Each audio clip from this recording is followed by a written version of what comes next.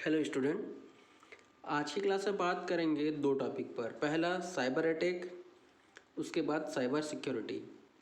Cyber attack जो है वो साइबर क्राइम का ही हिस्सा है और साइबर क्राइम पर मैंने एक सेपरेट वीडियो पहले भी बनाया हुआ है।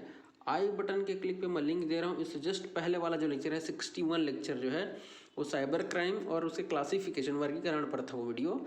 इस वीडियो में अटैक और सिक्योरिटी दोनों को कवर करूँगा और साथ साथ साइबर सिक्योरिटी से रिलेटेड कुछ टिप्स भी बताऊँगा जो डेली लाइफ में यदि आप कंप्यूटर पे काम करते हैं तो आपके लिए काफ़ी इंपॉर्टेंट होने वाला है वो।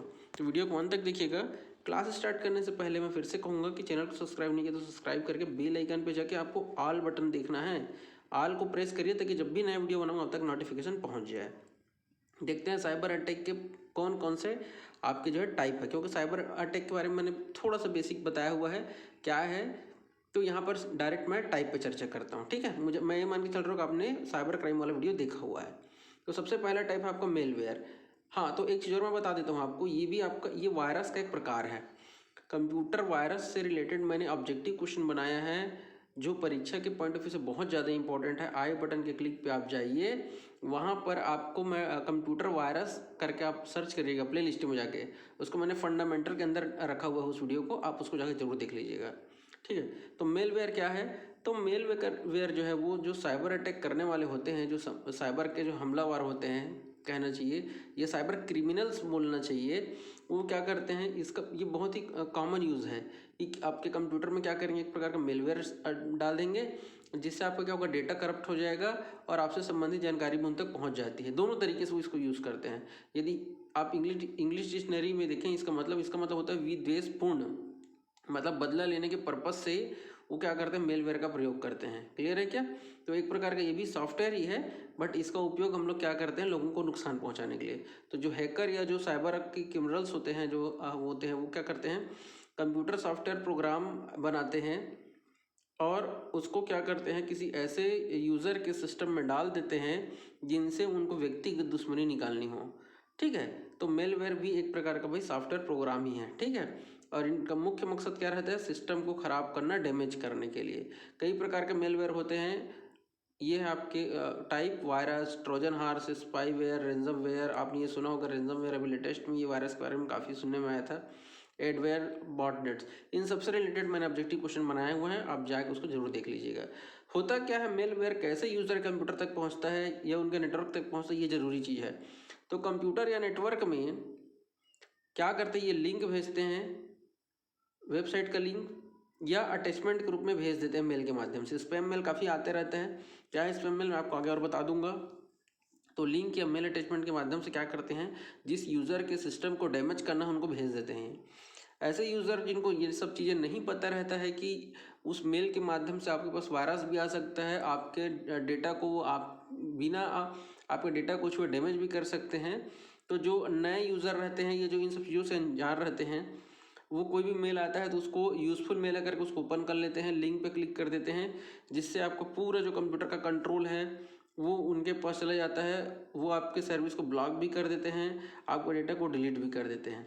क्लियर है क्या? तो कभी भी अननोन पर्सन के द्वारा भेजा गया मेल या अटैचमेंट को आपको ओपन करके नहीं देखना है। क्लियर है क्या?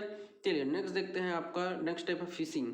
तो जस्ट लाइक जैसे आप लोग क्या करते हैं, आप लोग मछली पकड़ने के लिए जैसे कि आप लोग यूज़ करते हैं, वैसे ही आपके debit card login ID password को वो क्या करते हैं, जो आपके जो साइबर क्रिमिनल्स रहते हैं वो फिशिंग के टेक्निक्स, जैसे आप अपने मछली पकड़ोगे ना, ऐसे आपने इसको आप लोग क्या बोलते हैं नहीं पता, बट इसको हम हमारे यहाँ इसको गरी बोलते हैं छत्तीसगढ़ी में, है नहीं, गरी बोलते हैं इसको, मछली पकड़ने का इसको को कांटा भी बोलते हैं, है नहीं, हिंदी में कांटा बोल देते हैं।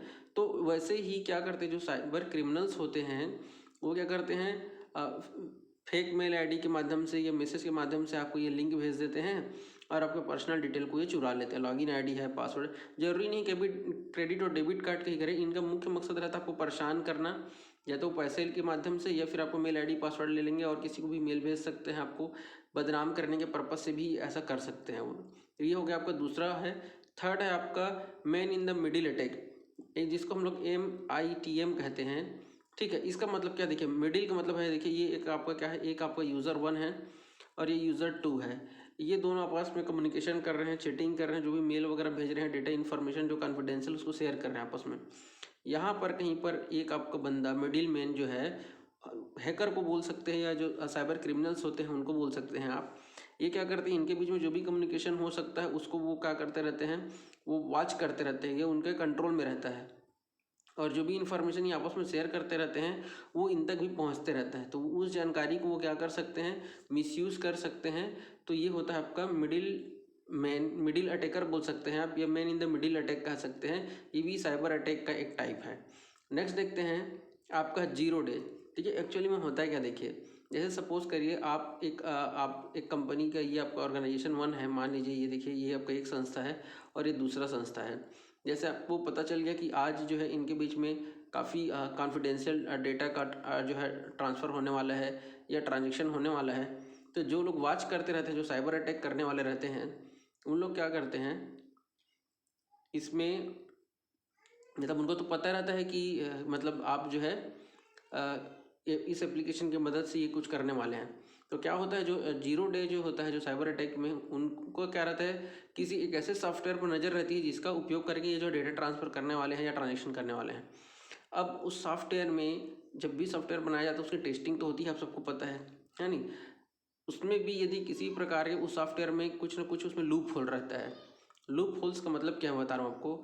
मान लीजिए कोई सॉफ्टवेयर बना, अब उस सॉफ्टवेयर में जैसे आप लोगों ने सुना होगा सॉफ्टवेयर में क्रेक है, ठीक है, ये सॉफ्टवेयर में कुछ प्रॉब्लम है। हर साल गूगल जो है एक कंपटीशन रखता है कि साइबर मतलब गूगल में कहाँ किसी भी पर्टिकुलर एक सेक्शन में या किसी एप्लीकेशन में कोई दिक्कत है तो आप उसको बताइए और उसका समाधान बताइए करके। तो जब सॉफ्टवेयर में किसी प्रकार का कहीं पर दिक्कत होता है, उसको उन लोग क्या करते हैं, टारगेट बनाते हैं कि यहाँ पर लूप होल है और इसके माध्यम से हम उस सॉफ्टवेयर को क्या कर सकते हैं, उस सॉफ्टवेयर के माध्यम से हम आपको नुकसान पहुँचा सकते हैं। तो जब तक जो कंपनी है जिन्होंने सॉफ्टवेयर बनाया वो इस जो लूप होल है, जो समस्या है कहना चाहिए, उसका रिकवरी ढूंढे, उससे पहले वो क्या करते हैं, उस सॉफ्टवेयर को छेड़खानी करके उसमें कुछ भी एक्स्ट्रा करके उस सॉफ्टवेयर को क्या करते हैं, बर्बाद कर देते हैं। ये होता है जीरो डे का मतलब। क्लियर है क्या। डिनियल ऑफ सर्विस अटैक मैंने इसको कल भी बताया था जब मैंने आपको साइबर क्राइम बताया था। तो होता है क्या है, किसी भी पर्टिकुलर टाइम पे जब आपको पता चलता है कि इस टाइम पे इन लोग जो है कुछ कॉन्फिडेंशियल डेटा ट्रांसफ़र कर रहे हैं या इस टाइम पे उनका काम ज़्यादा रहता है, उस टाइम पे क्या करते हैं, ज़बरदस्ती उन लोग क्या करते हैं, रिक्वेस्ट भेजते हैं, इतने ज़्यादा रिक्वेस्ट भेज देते हैं या ट्रैफिक सेंड कर देते हैं कि उस संस्था के जो एम्प्लॉय रहते हैं उसको वो क्या करते हैं, एक्सेस नहीं कर पाते हैं या कहना चाहिए हैंडल नहीं कर पाते हैं और आपके सिस्टम पर लोड बढ़ जाता है। जैसे आप लोग कहीं बैंक वगैरह गए होंगे तो सुने होंगे आप लोग कि सर्वर डाउन है। एक्चुअली वहाँ पे सर्वर डाउन का मतलब क्या होता है कि नंबर ऑफ़ यूज़र जब बढ़ जाते हैं या जब आपका सिस्टम जो रिस्पांस करना बंद कर देता है, जब ट्रैफिक लोड बढ़ जाता है, या कई बार देखेंगे शाम के समय में जिस टाइम पे लोग ज़्यादा फ्री रहते हैं उस समय आपका इंटरनेट की स्पीड स्लो हो जाता है। कारण ये है कि नंबर ऑफ़ यूज़र जब बढ़ जाते हैं तो ये जो है वो तो यहाँ पर कोई प्लान बना के नहीं करता है, प्लान बना के नहीं करते हैं वो, बट वहाँ पे क्या होता है कि यहाँ पर जब डेनियल ऑफ सर्विसेज अटैक होता है तो एक पर्पस के तहत उनको क्या कर देते हैं, जानबूझ के ट्रैफिक को बढ़ा दिया जाता है। तो वो होता है डेनियल, मतलब उनको उस चीज़ को करने से रोकना, सर्विस को में उनका व्यवधान डालना, ये होता है डेनियल ऑफ सर्विस अटैक का मतलब।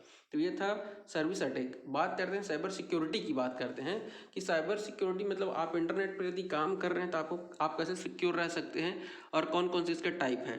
तो साइबर सिक्योरिटी का अर्थ होता है इंटरनेट पर सुरक्षा, मतलब इंटरनेट यदि सुरक्षित है तो आपकी साइबर सिक्योरिटी ही कहलाएगा वो। ठीक है, इंटरनेट का इस्तेमाल करते हैं तो आपका जो डेटा है, सर्विस है, सॉफ्टवेयर है, नेटवर्क है, आपकी आइडेंटिटी है, ये इंटरनेट के माध्यम से चोरी होना, उसका दुरुपयोग करना, गलत इस्तेमाल करना, ये हैक हो जाना, ये कॉमन चीज़ें जो आप लोग सुनते ही हैं, है नहीं, कि डेटा करप्ट हो गया, डेटा लॉस हो गया, या डेटा क्या हो गया, पब्लिक हो जाता है, लोगों की आइडेंटिटी पब्लिक हो जाती है।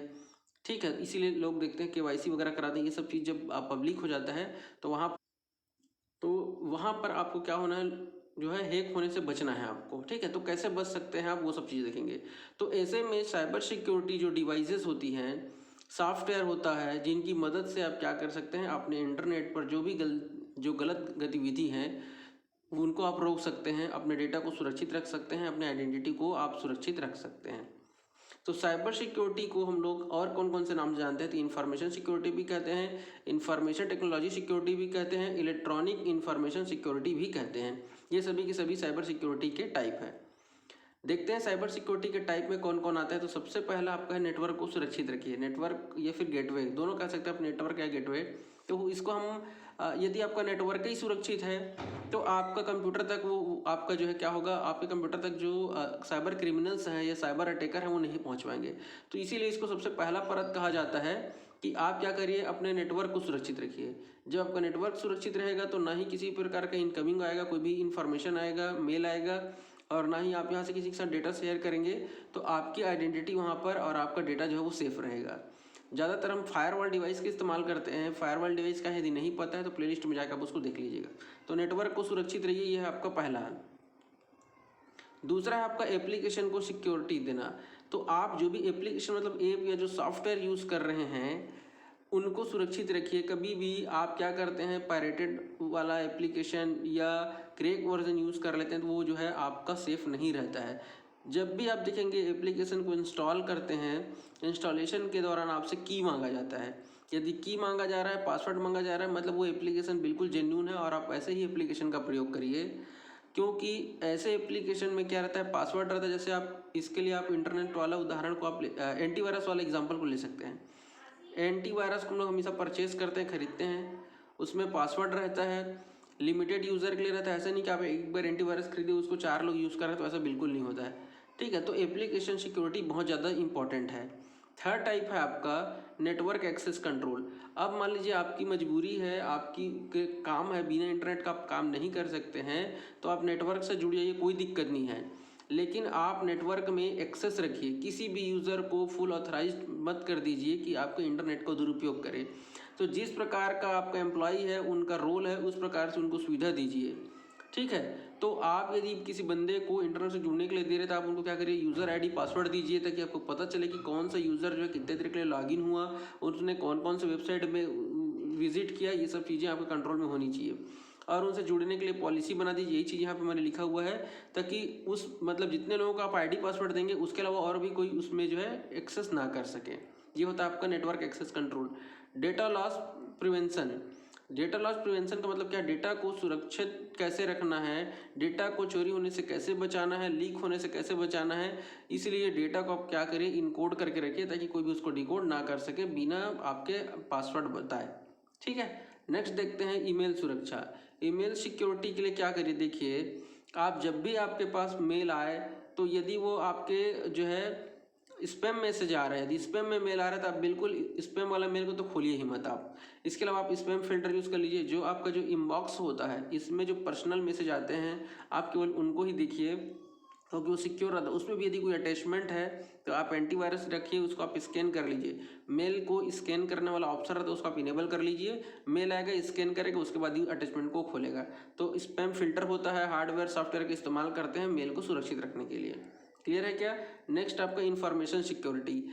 तो इंफॉर्मेशन सिक्योरिटी में क्या होता है, डेटा को सुरक्षित रखते हैं और उसे डिजिटल हमलों से बचाता है। चाहे आपका डेटा पहले से सिस्टम में हो उसको भी, और आप यदि डेटा ट्रांसफ़र कर रहे हैं उस स्थिति में भी, दोनों स्थिति में ही डेटा को वो क्या करता है, सिक्योर रखता है। एंटीवायरस और जो एंटी स्पाईवेयर सॉफ्टवेयर है, तो जैसे कि मैंने कहा, आप अपने सिस्टम में यदि इंटरनेट कनेक्ट कर रहे हैं तो 99.99% पॉसिबिलिटी होता है वायरस आने का इंटरनेट के माध्यम से। तो आप बिल्कुल एंटीवायरस लगाइए। कभी भी बिना एंटीवायरस कनेक्ट किए हुए आप जो है इंटरनेट तो बिल्कुल मत करिए, चलाइए। मतलब सिस्टम में यदि एंटीवायरस है उसी स्थिति में ही आप क्या करिए, इंटरनेट से जुड़िए। दूसरा, किसी भी अननोन पर्सन का पेन ड्राइव है, सीडी से कुछ भी जो है कॉपी करने से आप बचिए, क्योंकि वहाँ से वायरस आने की पॉसिबिलिटी हाई रहती है। यहाँ पे तो मैंने केवल 7 पॉइंट ही मेंशन किया है, लेकिन और भी बहुत सारे हैं जिससे आपको है बचना रहता है। ठीक है, कुछ इंपॉर्टेंट है, जैसे कि आप हमेशा अपने सिस्टम में पासवर्ड डाल के रखिए। इंटरनेट यूज़ कर उसमें भी पासवर्ड डाल के रखिए। कभी भी अनजान ईमेल आ रहा है उससे आपको दूरी बना के रखना है।